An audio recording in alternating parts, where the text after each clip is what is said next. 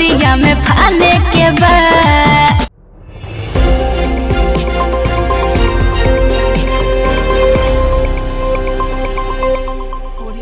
Finally दोस्तों, भोजपुरी की power star Pawan Singh ji ने हथियार गाना रिलीज हो चुका है।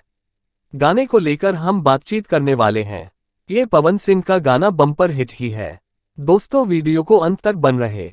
जो लोग मेरा चैनल का सब्सक्राइब नहीं किया है तो जाए चैनल को सब्सक्राइब कर लीजिए। भोजपुरी का पर का खबर इसी चैनल पर लेकर आता रहूंगा।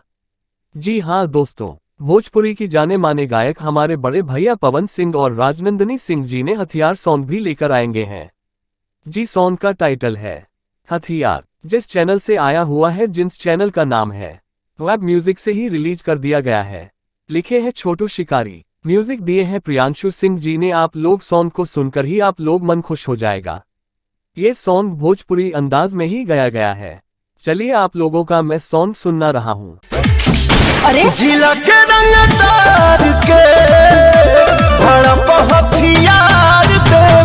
यदि आप सॉन्ग सुन लिए हैं तो कमेंट बॉक्स में ही आप लोग जवाब दीजिएगा।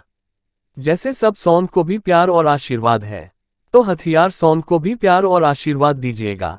यदि आप भोजपुरी मस्ती दबंग को देख लिए हैं तो जाइए चैनल को लाइक और सब्सक्राइब जरूर कर दीजिएगा।